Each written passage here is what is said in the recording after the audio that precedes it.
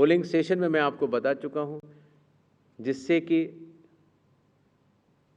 Queues लंबी न हो और मतदान के समय में मतदाताओं को सहूलियत भी रहे और ख़ास तौर से मतदान के आखिरी घंटों में ज़्यादा भीड़ न हो, इसके लिए संख्या 1200 निर्धारित की गई। कैंडिडेट्स के बूथ पहले मतदान केंद्र से काफ़ी दूर तक लगाए जाने के निर्देश थे, जिससे कि कैंडिडेट्स को भी और मतदाताओं को भी काफ़ी असहूलियत होती थी। और इसीलिए जो पॉलिटिकल पार्टीज़ के संग ज़मीनी स्तर पर EROs की मीटिंग हुई, DMs की मीटिंग हुई, CEOs की मीटिंग हुई, उनसे मिले सुझावों के अनुरूप लोक प्रतिनिधित्व कानून के अनुरूप 100 मीटर की दूरी तक हर कैंडिडेट अगर चाहे तो अपने बूथ्स लगा सकता है। चुनावी प्रक्रिया पारदर्शी हो, उसकी पूर्ण निगरानी हो, ERO भी उसको देख पाएँ और कोई भी अगर गलती पाए जाए तो उसके खिलाफ एक्शन भी लिया जा सके। इसके लिए पहले लगभग 50% प्लस पोलिंग स्टेशंस में वेबकास्टिंग होती थी और अब इसको 100% पोलिंग स्टेशंस में लागू कर दिया गया है, जिससे कि निगरानी तंत्र के लिए सुगमता होगी।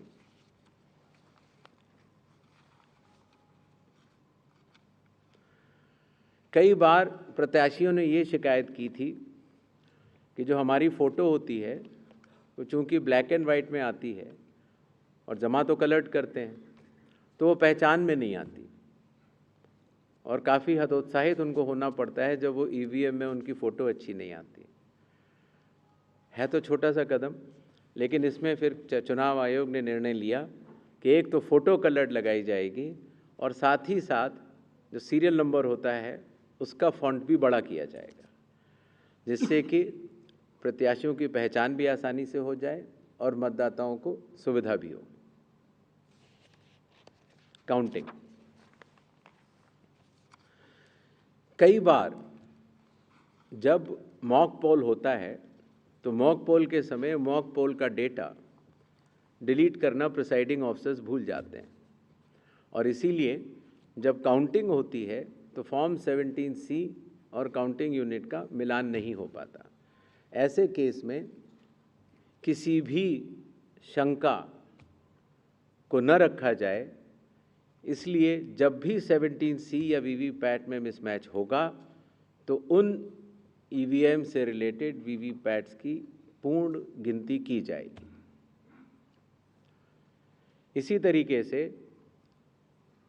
ये भी एक मांग सभी राजनीतिक दलों की थी कि पोस्टल बैलेट्स की गिनती पहले शुरू की जाए और पहले ख़त्म की जाए।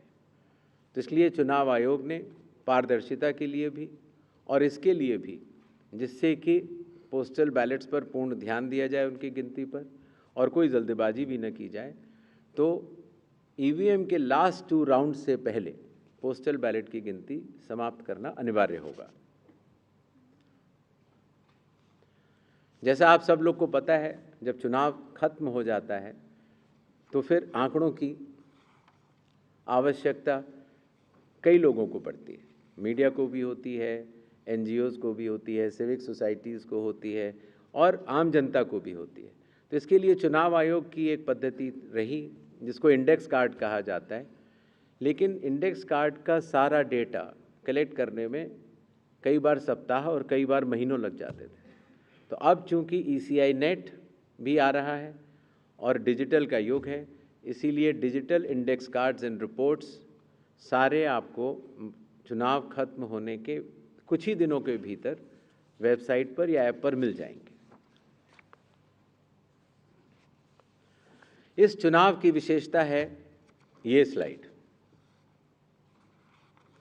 The entire election machinery of Bihar is just a call away। अर्थात अगर कोई भी मतदाता या कोई भी व्यक्ति ECI नेट ऐप को डाउनलोड करता है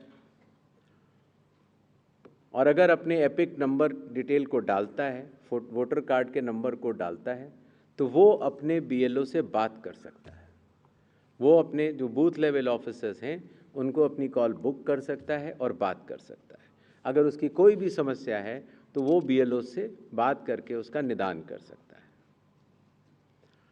इसी तरीके से जो इलेक्शन कमीशन का बहुत पॉपुलर नंबर है 1950,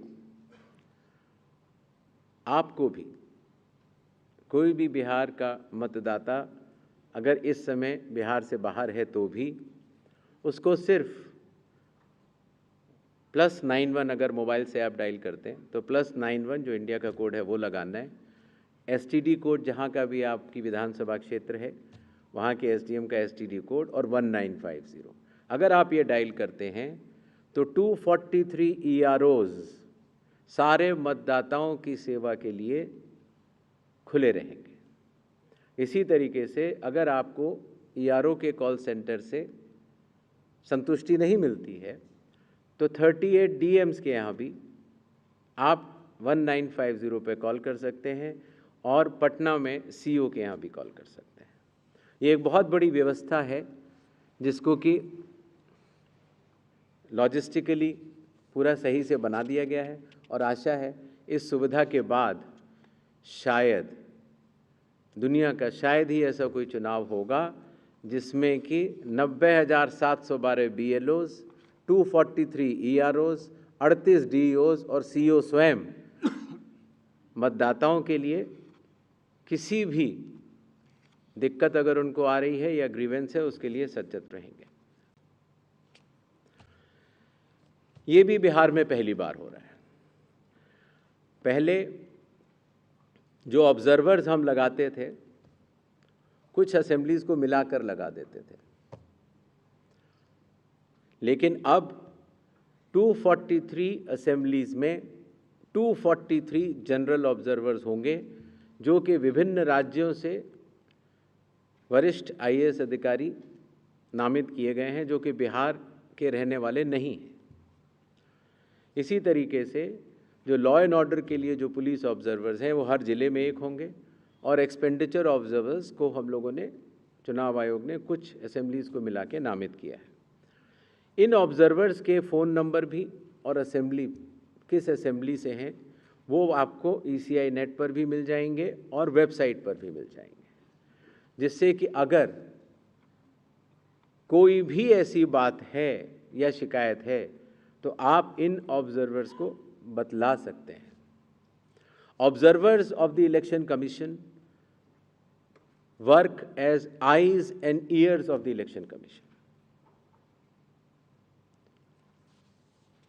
तो ये सुविधा भी इस चुनाव में हर असेंबली में मौजूद रहेगी। इस बार चुनाव आयोग टेक्नोलॉजी को भी बहुत बड़े तरीके से लीवरेज करना चाहता है। जैसे मैंने आपको पहले बताया कि ये अलग अलग ऐप्स होती थी, सी विजिल, जिसमें कि आप कोई भी MCC वायलेशन की शिकायत डाल सकते हैं। 100 मिनट्स के अंदर रिस्पांस टाइम है। अगर 100 मिनट्स के अंदर नहीं होती है तो जिला कलेक्टर उसको स्वयं देखते हैं और CO भी स्वयं देखते हैं। Know your candidate, voter helpline app, ये सारी की सारी नेक्स्ट अब ECI नेट पर भी होंगी।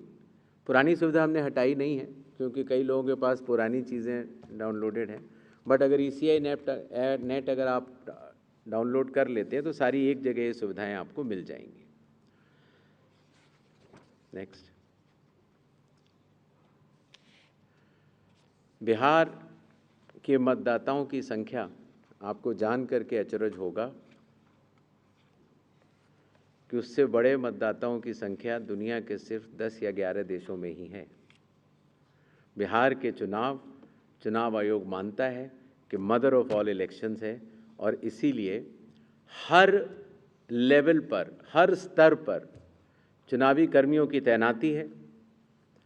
पोलिंग पर्सनल लगभग 4.5 लाख, सेक्टर ऑफिसर्स लगभग 9.6,000, माइक्रो ऑब्जर्वर्स लगभग 17.8,000, micro observers for counting 4,800, counting official लगभग 28,000, पुलिस ऑफिशियल 2.5 लाख और जहां पर भी आइडेंटिटी ऑफ वोटर्स का इशू आता है, सहायता देने के लिए आंगनवाड़ी सेविकास भी उपलब्ध रहेंगी और कुल मिलाकर 8.5 लाख चुनावी कर्मी बिहार विधानसभा के आम चुनाव 2025 में रहेंगे।